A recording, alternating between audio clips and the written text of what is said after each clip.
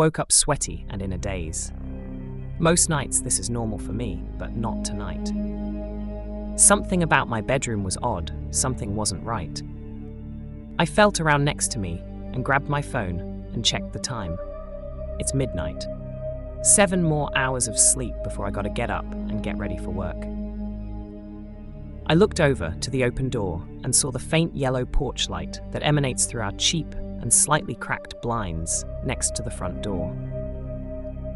I dropped my phone back to its place and lay my head back down, letting out a heavy sigh and turning to my wife, who's sleeping soundly next to me, her back facing me. I gently run my fingers down her spine for comfort and try to get my sleep going once more. I woke up sweaty and in a daze again. I felt a cough coming in and did my best to suppress it so as to not wake up my wife, but the dryness of my throat made it difficult. I stood and walked through the open door and into the kitchen. I didn't bother to turn on any of the lights, as the porch lights were enough to illuminate my way. Our apartment was small, only 2 bedrooms and 1 bath big, and without having any children of our own, it was easy to navigate with my adjusted eyes. I grabbed a cup from the cabinet and poured myself some water. As I poured and listened to the sound of my cup being filled, I suddenly realized that the entire apartment was quiet. I stopped pouring and looked over to the window next to the front door. The light still penetrated through, but a sense of suspicion all but forced me to take a peek through the blinds. I walked over and lifted a single blind. It was foggy. The cars normally parked out in front were invisible, and I couldn't make out a single thing except for some black asphalt, maybe 10 feet ahead. This fog was dense and looked stained from the porch's light. I let the single blind drop back to its place and turned to the kitchen again. I took 2 steps when I saw a part of the light that shone on the floor be disturbed. Something ran past, something I didn't see or notice earlier. A single black line now broke the even light, and it was clearly standing still now. I turned again, and with my adrenaline now running, I slowly but shakily checked the doorknob and top lock, making sure they're both secure. I stood still now as well, hoping that whatever stood behind my door left, or at least gave me the ease of knowing that it's actually something mundane. A minute passes and nothing changes. My eyes were still locked onto the black shadow on the floor, and with keeping my peripheral vision on the window, I slowly and quietly went back into the room. At this point, I had so much fear of breaking eye contact with the shadow, but I didn't know what to do. I sat on the edge of my bed that gave me a perfect view of the shadow on the floor and used my left hand to reach over and feel for my wife. Thankfully, she's still asleep. I sat and watched for a long time. I don't actually know how much time had passed, but it was enough to tire me. My eyes were burning, and each blink reminded me that I wasn't going to last much longer like this. Blink, yawn, blink. I woke up sweaty and dazed. I immediately threw myself to my feet and looked around. My heart was beating fast and saw that the shadow on the floor was gone. I looked over to my wife, and there she was, still asleep, peaceful and beautiful. I managed to get my heart rate down by breathing and thinking to myself how vivid and strange that nightmare was. I sat back on the bed and felt around for my phone and checked the time. It's midnight. That can't be right. Was it daylight savings? My throat was still dry, so I decided to grab some water from the kitchen.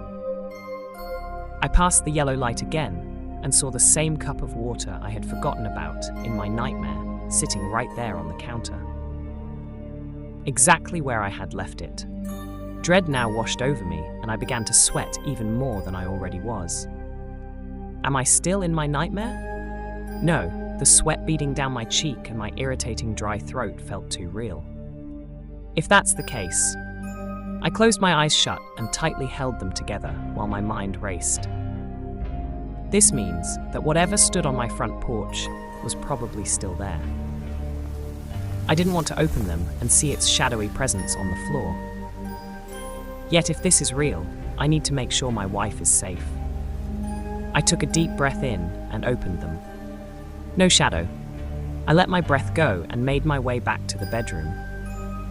I crawled onto bed and shook my wife's shoulder and whispered her name. She didn't respond. She had always been a heavy sleeper, so it was going to take a little more than that. But I also didn't want to scare her awake either. On my second attempt, I heard knocking. It was faint but clear. I felt my heart drop, and I closed my eyes again, leaving my hand hovering over my wife. Then it spoke. "Hello? Is anyone home?" The voice was feminine. It spoke with emotion, like a scared person asking if the killer was hiding in the basement in a horror movie. The words echoed throughout the apartment. I turned and slowly made my way back to the front door. If it wasn't a nightmare, then I know the locks are secure. Yet the dread of doubting myself won, and I started shaking with fear. I looked over to the lit floor and didn't see the shadowy line that previously split the light. Instead, it was much smaller and contained itself to the top portion of the lit floor. I took some more deep breaths and calmed myself enough to say fuck it and check what was looming right outside my door. Advertisements, what I saw made no sense. Outside, where the dense fog remained, right on the edge of the black asphalt where my visibility ended, was a nude female body. It stood still, and the porch light gave just enough to see that it was missing its head. I took a step back and made quite a bit of noise when I accidentally kicked the coffee table that was nearby. My breathing became more intense, and I now had a piercing headache, but I took another look to see if it wasn't a mannequin. It wasn't. I could see that there were dark streaks running down its breasts and down its navel. It looked like it stood perfectly still, but noticed that it swayed ever so slightly. While examining it, I tried to see if there was anything else out there that could make sense of what I was seeing, but there was nothing. Before dropping the blind, I heard very low humming.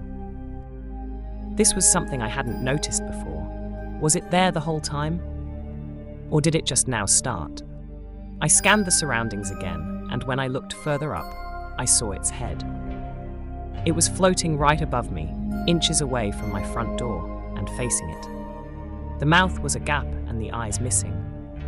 Its hair flowed down, and where the neck ends were the same black streaks as the body. I was frozen in place.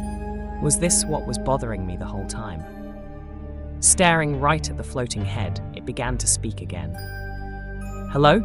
Could you come outside, please?" No part of the head moved. Not even its mouth.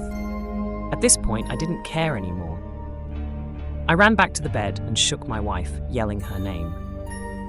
I shook and I shook, but there she remained, sleeping peacefully. I grabbed her by the chin and turned her to face me. She looked fine and was still breathing like normal. Good, at least I didn't Bang, bang, bang, bang, bang.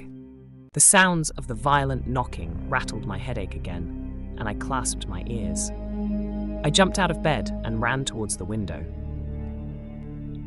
I opened up the blinds wider and less inconspicuous this time to get a better look, and saw that the feverishly stained fog had rolled back a little, along with a fleet of headless bodies. Instead of the single one, they were now numerous. They varied in shapes and sizes, and some clearly darker than others. Some stood on the ground and others floated above, some closer and some farther, some lower and some higher. They surrounded me in my now God-forsaken apartment. The floating head remained alone, still facing my front door. I stared at it and waited for it to do something. Soon, it started viciously slamming itself against the door, then speaking again. Advertisements bang, bang, bang, bang, bang. Hello? Can you please come outside? Please, bang, bang, bang. This time, it came from behind me. I quickly turned and saw a figure standing outside my bedroom window, right next to where I sleep. Running towards the window, I realized that there was a yellowish light that shone outside, same as the front porch. I stopped and checked the spare room, same light outside.